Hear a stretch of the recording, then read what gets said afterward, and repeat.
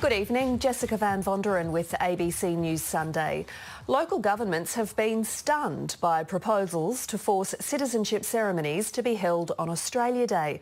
The Prime Minister says changes to the Australian Code would ensure the public holiday is given the respect it deserves. But some councils have accused the PM of political grandstanding. James Oaten reports. Flag waving, pledges of loyalty and photo opportunities.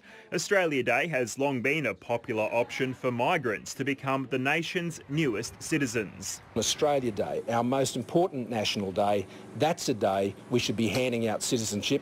The vast majority of councils agree, but some don't. Something the Prime Minister is hoping to stamp out in flagging new rules that would ensure councils hold citizenship ceremonies on Australia Day. I'm not looking to get into a fight with councils. I'm just asking them to comply with a pretty straightforward request. Local councils say the reasons for not holding citizenship ceremonies on the public holiday are varied. Some communities have decided not to have it on Australia Day because it's quite expensive and nobody comes because there's a huge event in a much bigger council nearby. But the most contentious is that Australia Day is not a day for celebration, but rather a date that marks the invasion of Indigenous lands. These were the reasons two inner Melbourne councils gave when they ditched the date, prompting the Commonwealth to strip Yarra and Darebin of their ability to host citizenship ceremonies. You wouldn't go to somebody's funeral and have a wedding. So we're saying, well, look, if you want to celebrate Australia Day in a traditional way, you can go to a park in the area, you can go, there's plenty of pubs around here, you can do that. But, we're not going to do it.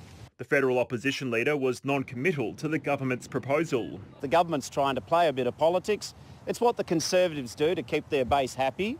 In keeping with the theme of respect for January 26 as Australia Day, the Prime Minister has also flagged clothing standards he wants introduced for those taking the pledge of citizenship.